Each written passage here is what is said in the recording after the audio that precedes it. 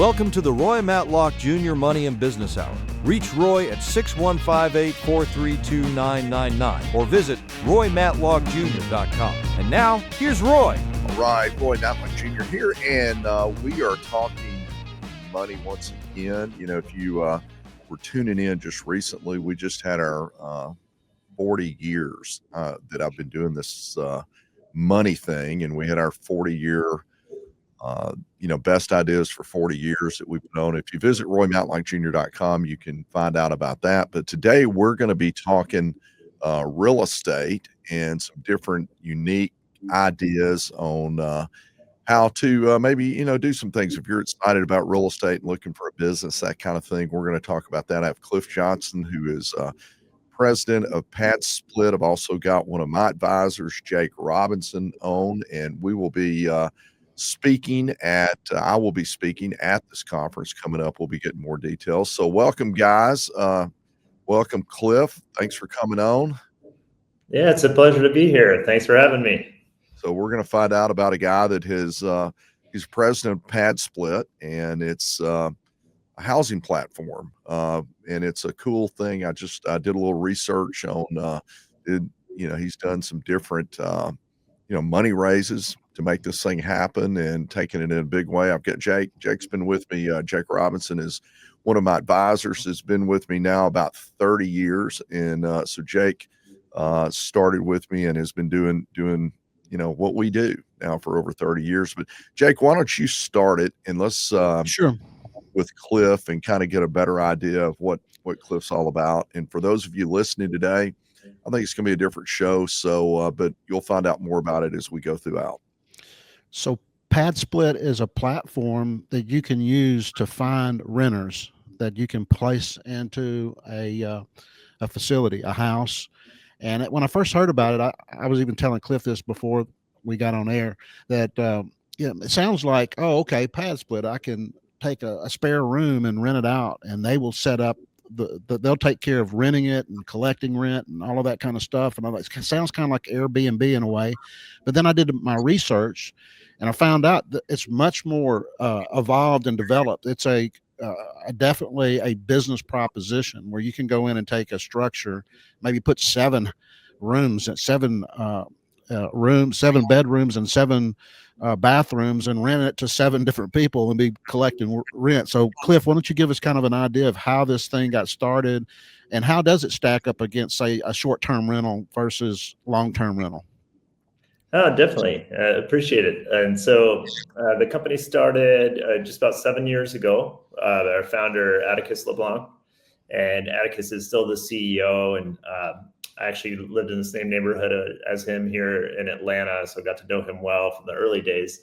And really what the whole concept is taking underutilized space and existing rentals and converting it into room rentals, essentially either creating an extra bedroom or an extra bathroom, so that you're taking, you can imagine like the home size has gotten bigger every year that builders are building, yet less of that space is being used. So it's the easiest way to think about it might be, if you have a 3 to 4 bedroom house, you're not getting a lot of incremental value from a long-term rental for that 3rd or 4th bedroom. And then if you could take that one step further, add a 5th or 6th bedroom, or sometimes 7 or 8, you make it basically the same amount per bedroom for each additional bedroom you're adding. So our hosts on average are seeing about a 2 times net operating income that they see for a long-term rental, and at the same time providing affordable housing, which is a critical need across basically every city in America right now. So, it's funny, Cliff, you talking about the big houses. My dad, he passed away 10 years ago, and I had a house. It was it was like a 7,000 square foot home. And he says, why people buy those big houses? And I said, why, Dad? I said, why do I do that? He said, so they can hide from each other. And so anyhow, I thought about that. And, but that's kind of the, we had all that space. And, in many cases, we never went there. All right. And that was when I owned the house. And so I'd imagine, places like that. What happens with zoning? That's one of my questions. if I had one of those, or if someone was wanting to start a business, and I think this is what I would call this is a business opportunity more than a real estate deal in my picture. All right. And what is some of the things you got to look into on that? Yeah, I would say that the regulatory side was one of the early challenges, and I think it's getting better, but it remains a challenge. So at the federal level, HUD recommends that there be no difference essentially between allowing a certain number of family members in a house for room rentals or unrelated parties. Yet most jurisdictions have not adopted that language yet.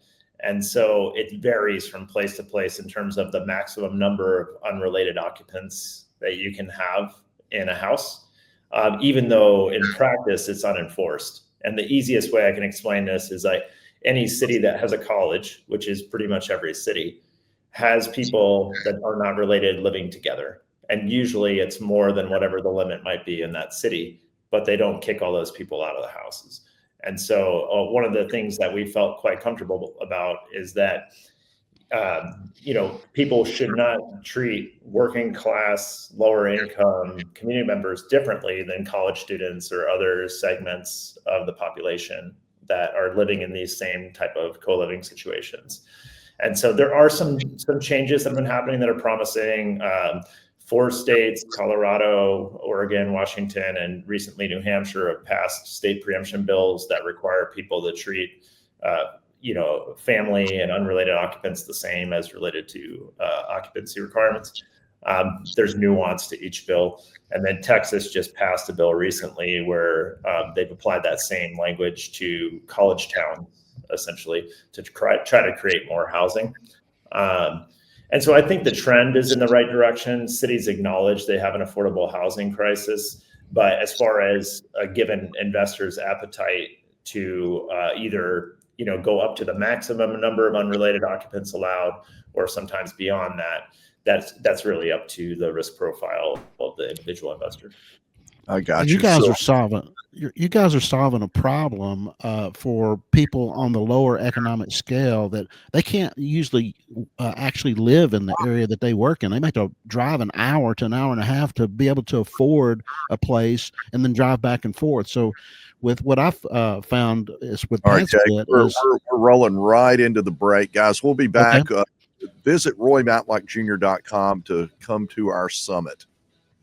All right, we're back, and segment 2 today is a little different. We are talking about some real estate options. I talk to people all the time, and I have them call in, and they buy rental houses, and they buy things like, they may do Airbnbs. This is a little bit different. I've got Cliff Johnson on. He's president of PadSplit, as well as Jake Robinson, and Jake's one of my advisors, been with me forever. And we're talking about, kind of the short-term rental, but also at the same time being able to maximize and make more on that. My family, we grew up in the rental business, and we had my dad, mom and dad. My mother just turned 102 years old, and she may be the oldest renter owning rental properties of anybody, because they bought their first duplex when they were 19 when they got married. And so far to this day right now, we still have some rentals left. We got rid of a bunch of them, and when he passed away, he fooled with them. He liked doing it, but I think he had as many as 40. It was before the short-term rental stuff. But anyway, so today we're talking about that. So if you're thinking about doing things that are a diversification to your income, and one of them, real estate, is something that you're interested in, we're going to be at a summit next week. It's November 20th, and Cliff, tell us what's going to happen at Rocket Town here in Nashville and what's going to go on with that, and then Jake's going to start back with some good questions. Yeah, that sounds great. And it's an awesome personal story too, to have the 40 rental investments acquire over time. So it's something I'm trying to build within my family. But we used to ride around on Sundays, and it was funny. Sunday afternoon, what did we do? We rode around and looked at his houses, make sure nothing was going wrong. And Yeah. so that was his Sunday afternoon drive. And so anyway, but Oh, that's great. Well, yeah, I think, great segue into the summit. It's an opportunity. There's going to be a lot of great speakers there. Our CEO and founder, Atticus LeBlanc, will be there talking about the PadSplit model. But then Pace Morby, Clara Arroyo, and like many other people that have experience and co-living and real estate investing in general will be there talking about how to build a real estate portfolio, maximize your profit, but then also tie that back into purpose. And so that's one of the things that we say a lot at PadSplit is that people come for the profit, but stay for the purpose. And essentially, you can make more money converting homes into room rentals, but you can also create affordable housing that really matters and makes a difference to the tenants that are staying in your properties. So once people get a taste of that, they really like both sides of it. And this summit is going to be at Rocket Town in Nashville. So if you're in the Nashville listening area, they can get tickets. They go to roymatlockjr.com, and we've got access to free tickets to that event. And if you, it's going to be going on for give them the hours and everything. Yeah, so it's going to be from 10 a.m. to 5 p.m. And then their Pace has an event after that from 5 to 9. So it's an all day affair. All right. Good. So Jake, you had some questions. Yeah. So municipalities actually are supporting this because it's really not short-term rental. Can you give us an idea of how long someone typically stays in a PadSplit and the nature of that? Yeah, our average tenure is 9 months. So while it is a flexible stay, we typically require at least a 12-week commitment for people coming in. And so it is a common thing where as we're going into different municipalities, trying to make sure we're explaining the difference between what we're doing and what Airbnb and other short-term rental platforms are doing. In fact, we've had quite a few, as you're probably aware, like the short-term rental industry goes through more ebbs and flows. And as more supply comes in, some of the properties might not perform as well. So we've had a lot of short-term rentals convert into PadSplits and perform a lot better. And they're actually creating housing in the market as opposed to, I used to work in the vacation rental space as well. So I would always try to use the data to show most vacation rentals are not actually taking affordable housing stock, even though that's the narrative. In our case, we're actually creating affordable housing stock. So usually that allows us to differentiate and get more support from the local communities and city governments. And there's another twist in there is that I see these guys that are really serious about PadSplit as a business. They're going into maybe areas that if I was a fix and flipper, I would probably pass up on a house that has a bus stop in front of it. But for PadSplit, you're actually catering to people who look for public transportation, something close to their job. So they don't mind a house being in an industrial area or maybe close to an Amazon warehouse because maybe that's where they work. They want to be able to get on a bus and commute there in 10 minutes instead of driving, an hour or so out of town, like I was mentioning earlier. No, exactly. A lot of it really comes down to flexibility, convenience, and affordability.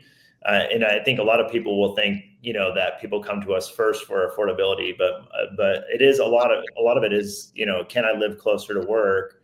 And only about half of our members have vehicles. And so that's another question that comes up quite a bit is, how do you accommodate parking for when you have 8 rooms in a house? And given that only half of them typically have vehicles, it's not a problem. And you can always limit the number of vehicles allowed at the house that you provide parking for. But you're exactly right. So a lot of properties that might not be a great fit for a flip or otherwise can be a great opportunity for a PadSplit. So are you seeing people that have they've got a normal rental property, they're converting that normal rental into something like this because they can get more cash flow out of it? And am I correct in that what your business really does is manage the rentals? Am I correct on that? How does that work? Yeah, and so it is typically conversions from existing rentals, although we do have a lot of people that will will target a specific property, buy it, and then convert it into a pad split. So we have both sides, people that are doing some renovations to get there, and then others that are lighter renovations. We don't do the full service management, but we are, I would say, like an Airbnb plus in terms of the service that we offer. So we do all the marketing to bring all the members in. We do the screening, so both background checks and fraud detection, those type of things. We do all the payment collections, so we do weekly payment collections, so the flexibility keeps people paying on time more frequently, keeps it pegged to their, basically their pay scale and their pay schedule. And then we also do like ongoing support, so we have both host and member support. So as needs come up in the house, we try to at least connect hosts to the resources that they need. And so they'll typically either manage it themselves, like as far as on the ground maintenance and housekeeping, cleaning, or they'll outsource that to a third party property manager, similar to how someone might do like a short-term rental or a long-term rental. But you guys actually find the renters. If I'm a PadSplit landlord, I don't have to go find the renter. You guys do that, right? You collect the rents. Exactly. We do all that. And then if you do find your own renter, we pay you for it. So essentially that try to make sure that, if we're not fulfilling that part of the value prop, you're not paying for it essentially. So. Gotcha. So I'm just sitting here thinking about, the overall business model is, it used to be that, people would never jump in a car, with someone they don't know. And now that's a normal way of doing things with Uber and Lyft. And then, the Uber Eats and all the different things like that. And in the case with you guys, your business model is you're providing a service for landlords for the sake of it. And depending on how they want to make that happen. And it's kind of in some respects, you're getting the biggie fries is what's happening. You want to upgrade to the biggie fries. And what you're doing is upgrading, to extra rooms in a property and turning it into, more cash flow. Hey, my name is Roy Matlock Jr. We're talking real estate today. Visit roymatlockjr.com and, do a couple things. You can get some tickets to the summit, which we'll be doing next week, or give us a call at 615-843-2999. We'll be right back. All right, we are continuing talking money. Roy Matlock Jr. here, and today we are doing an interview. I don't do a lot of interviews, but I thought this was something very interesting. Cliff Johnson, president of PadSplit, is with us, along with one of my advisors, Jake Robinson. Jake was the one that kind of found out about this, and we're going to be at the summit that they're putting on, and it's going to be on November 20th, and it goes all day. You can get tickets to that. I will be speaking and give a little background. I'm not a landlord, but I grew up around it, and I think I always tell people that if you want to be in the real estate business, just remember it's a real estate business, and this is an opportunity for people that that want to have a business. This would be a way where you can take some of your investment dollars, put a little bit of your time into it, outsource a lot of the heavy lifting, which is dealing with getting renters in the door and collecting money and things like that. And that's what PadSplit does. And so we're continuing talking about that, but it's a mission-driven housing platform, affordable shared living type of environment. We'll be talking about what all else is going to be, what are the different topics that are going to be coming on at the summit, Cliff? Yeah, I mean, it's really going to cover, a variety of different real estate investment strategies. Pace is big into the sub 2 communities, so he'll be talking about how those deals work and what to look for. Talk about sub 2 when you say that. Yeah, it's a subject to deals. So essentially, you're assuming someone else's mortgage that they have on the property, and so there's a wide variety, which would take a long time to get into the mechanics of where that works and what you should watch for. But so let me ask you this, Cliff. When you say that, so are you basically, for the sake of it, my dad did this forever. He would rent and give them an option to purchase. And so it did not cause, the mortgage to be a due on sale or anything like that. So are you saying maybe something very similar to where, subject to, and then they can rent it. They maintain the low interest loan on that property. Is that kind of what you're saying? Yeah, the mechanics of how the deals are structured do vary quite a bit. Like in some places, it's explicitly allowed that essentially they can resell that mortgage. And in those cases, they're the cleanest. In others, there is some type of ongoing relationship between the person who is holding the note and the person who's operating the property. So a lot of it really comes down into the nuances versus what you're mentioning, which I think is a really interesting opportunity for us to pursue, or at least for our hosts, the people who own the properties. We see more and more people who are the owner of the property who are renting out rooms in their house to help pay for the mortgage, and then using that as an investment vehicle to go out and buy a house where they are the owner occupant living by themselves. And so there's a lot of different paths to kind of whatever house hacking or whatever it might be to try to get to that first deal that doesn't require as much cash down, or at least improves your cash flow while you're in the deal.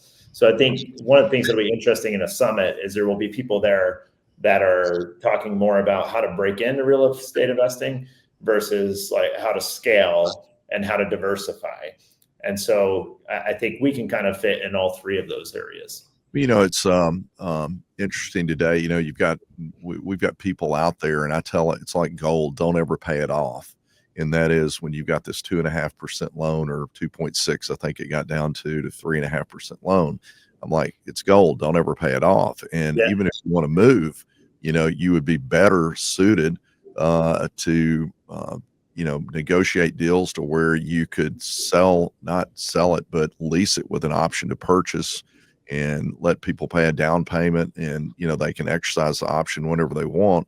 And you might even be able to make a spread, by carrying financing. And even though you're not effectively carrying financing, but it's like, why would you ever sell these 3% loans? So anyways, I don't know if that, but so you're going to be getting into a lot of strategies at this summit. It's going to be November 20th, and at Rocket Town, which is a cool place here in Nashville. I've been there before. So anyway, Jake, questions? So Pace he's famous for arbitrage. He's basically taking a house that somebody's having a hard time selling. He assumes their mortgage, and he's paying the mortgage, but then he tricks it out for short-term rental, and maybe he doubles his income. So his idea is, I can go acquire houses without having to go get qualified for a mortgage and officially borrow more money. I can just take over these homes, satisfy the need for that couple to sell their home when they're having a hard time selling, and then he is able to go out and through short-term rental make a profit on it. So that he's really good at doing that, and he's going to spend 4 hours from 4 o'clock to 9 o'clock or on Thursday, just talking about that particular aspect of it. So can you tell us something about the dynamics? Roy mentioned this, but we didn't really talk about it. Like, when you get a bunch of people, strangers, living in the same house, how do you maintain the dynamic of everybody getting along? And I know you have some kind of membership. How does that play a part in that process? Yeah, no, that's a great question, and it's something that we try to keep simple, because they could, like, if you get into the nuances, it can get more complex. But we essentially have 2 tiers for people that to actually move into a PadSplit. So the first is that we do our standard screening, like across the board. We do a criminal background check, fraud detection, and income validation to qualify them as a PadSplit member. So they have to do that before they can request to move into any home. But then each host is allowed to have their own screening criteria. So they can have a stricter criteria or looser, depending on what they're optimizing for. And so then so they'll become a PadSplit member after they pass our criteria. But then to actually move in the home, each individual host has the option to say yes or no as people are trying to move in. And so when you have a membership, they can actually, it's like being almost like part of a timeshare. They can go from one PadSplit to maybe move across the state, or move across town, or across the road, and but because of that membership, they have to perform, right? They have to be a good citizen. No, exactly. And so that's something that I think works in the favor of balancing the marketplace, where the members really appreciate the flexibility to be able to transfer between homes. If they, let's say they get a different job and they need to move to a different part of town, whatever that might be. But to your point, they all are being rated by their fellow members that are living in the house with them and by the hosts. So if they're not a good member, if they're not good to live with, then people are going to know that they're going to be less likely to get approved to move into the next one. So somebody like me or Jake that snores kicked out. Is that it? Yeah, well, I would say that's a really interesting one you bring up, because that hosts know that actually creating enough soundproofing between the rooms is a key part of keeping a happy house. So there's a lot that you can do that just keeps people working better together. But I will say, like, one of the things is there's an assumption going in that it's going to be hard for strangers to get along. But usually what happens is they're more standoffish. Like, if you think about, like, when you're meeting someone new, you're probably not generally going to give them all of your baggage. Some people do, but usually people are on better behavior when they're first meeting other roommates, and then they will form natural bonds and everything like that. But, most of the time people don't spend that much time in the common areas. They spend more time in the rooms on their own. And a lot of them are working pretty long hours. So and the hours don't match up. So in general, we don't see a lot of challenges. The stuff naturally comes up. We have 27,000 plus rooms on the platform. So we'll see even from the basic stuff, like somebody stole someone's peanut butter and they're mad about it, onto bigger challenges where someone needs to be evicted, and that creates more. Gotcha. Well, this has been good. We've got one more segment that we're going to continue talking. My name's Roy Matlock Jr. We're talking about, we'll call it souped up short-term rentals and things like that today. Visit RoyMatlockJr.com and find out about the summit that I will be speaking at coming up November 20th.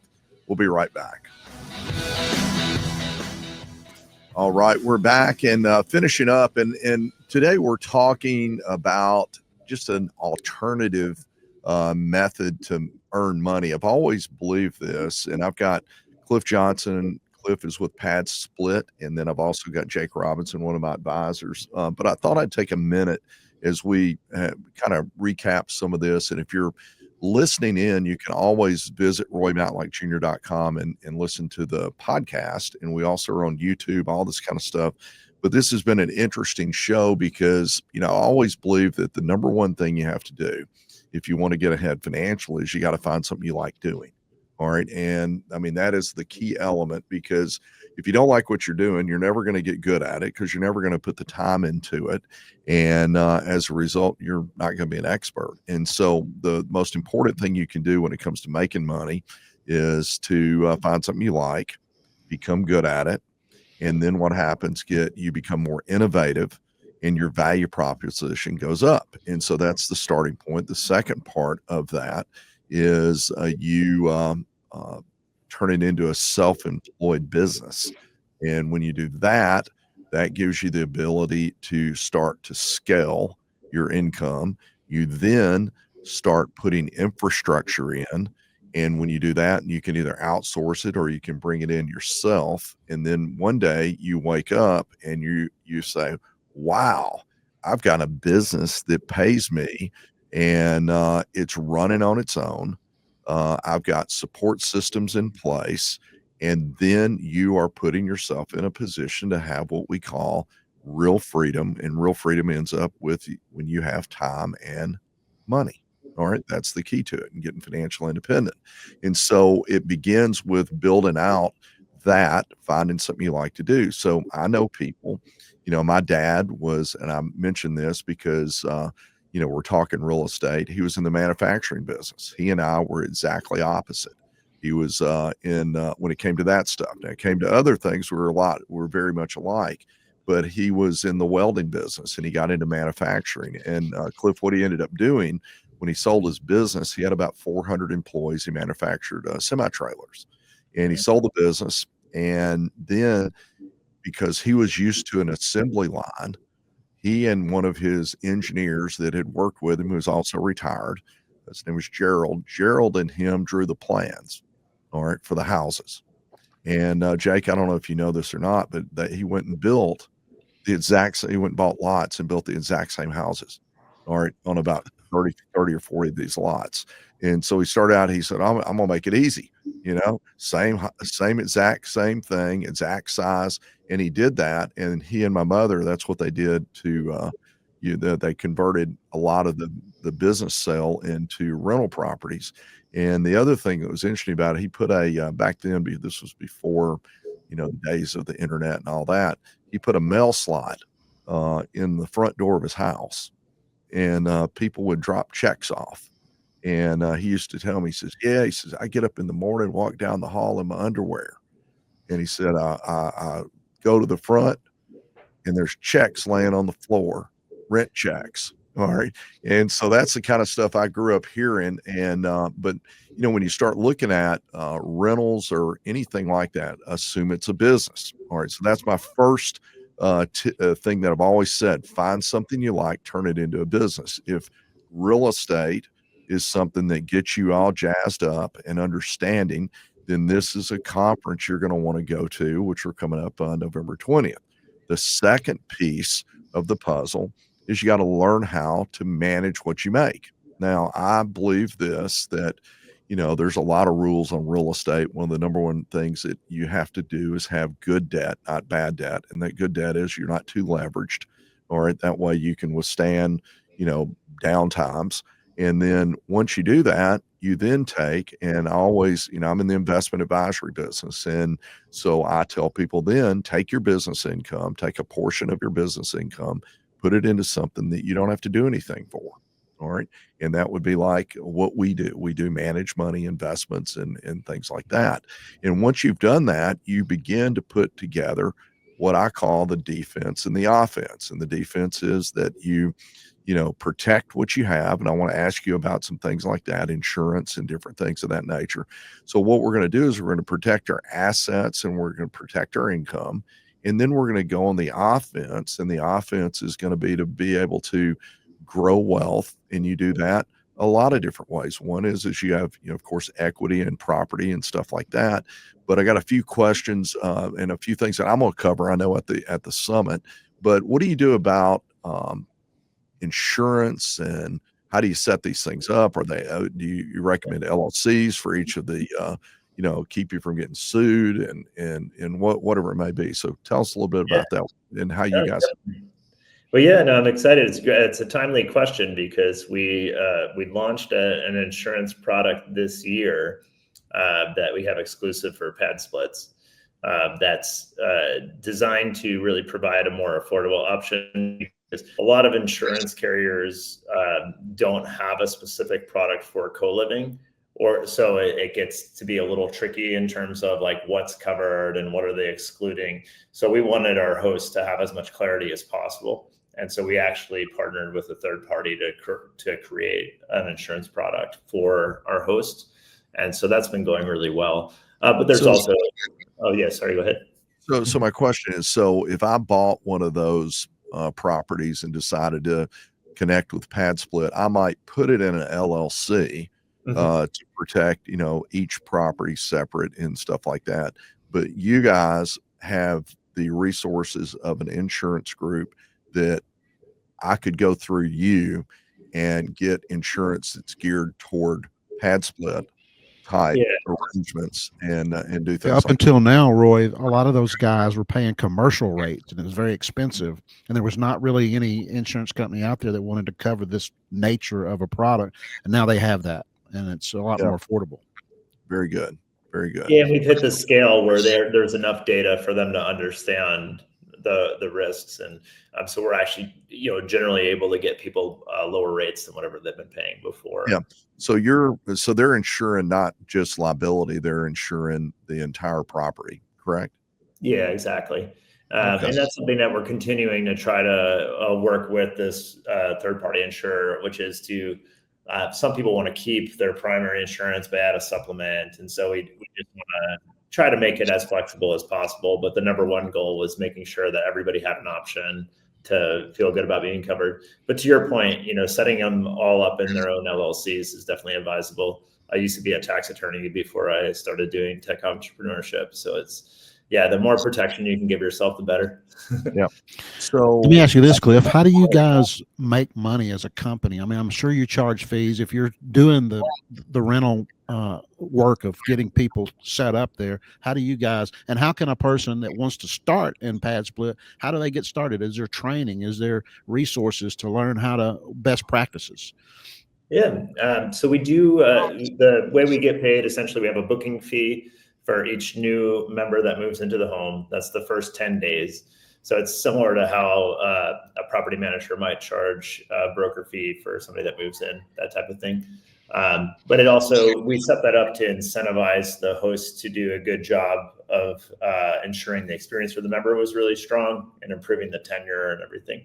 That's worked well. And then we get, after that 10 days, we get 8% of the rent ongoing, essentially. So, and that covers, the ongoing payment collection services, support, everything else along those lines. So and you guys are collecting on a weekly basis versus a monthly basis, which is much more affordable for someone working at a job that it kind of meshes with their lifestyle. And then, but go back to the second part of that question is, if I want to start PadSplit, what are the resources available for me to learn how to do it properly and get the most out of it? Yeah, we have actually a thing called the Host Academy, which is a free thing that we offer through the company to get people started, to learn the business. There's a lot of PadSplit hosts that also have their own courses. So some people will go through our existing hosts to learn that. But then we provide support along the journey as well. So insights on pricing, for example, to make sure that they're competitively priced relative to the competition in the market. And then just resources on what do I do if I need to evict someone, whatever that might be. So in every market that we're in, we have a local network of vendors that can help with the different things that come up.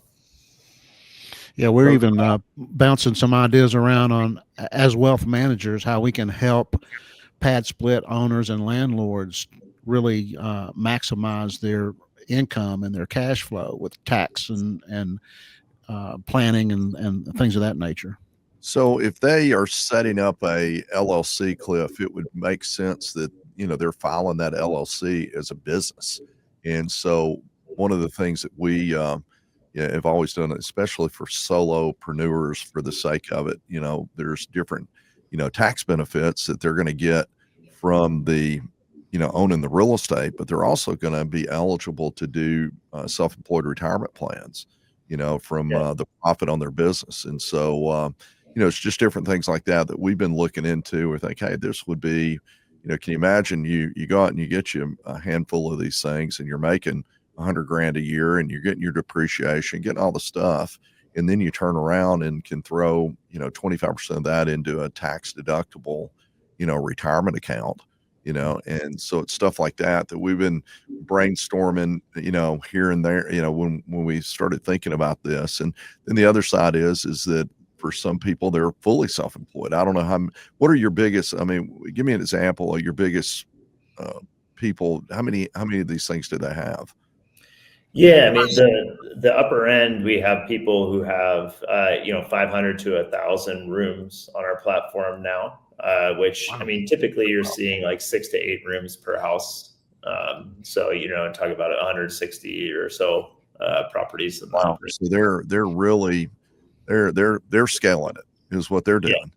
Now we definitely have a segment there, and then we have a long tail. Like every year we're growing about 70% year over year. So we have a lot of new hosts coming in, and then the appetite to scale is different for every individual. Some people are just getting started. Some already have access to capital figured out. But I think to your point on the opportunity to partner together, a lot of our hosts are really focused on their business of running their real estate side and are not focusing enough of their time, to your point, on the long-term wealth strategy. So I think there's a lot of opportunity there. All right. Well, guys, this has been great. Jake, thanks for coming on. And we are excited, Cliff, to be a participant in the Scale to Summit. You can visit RoyMatlockJr.com. to get your tickets. November 20th, I'll be there. We look forward to seeing you.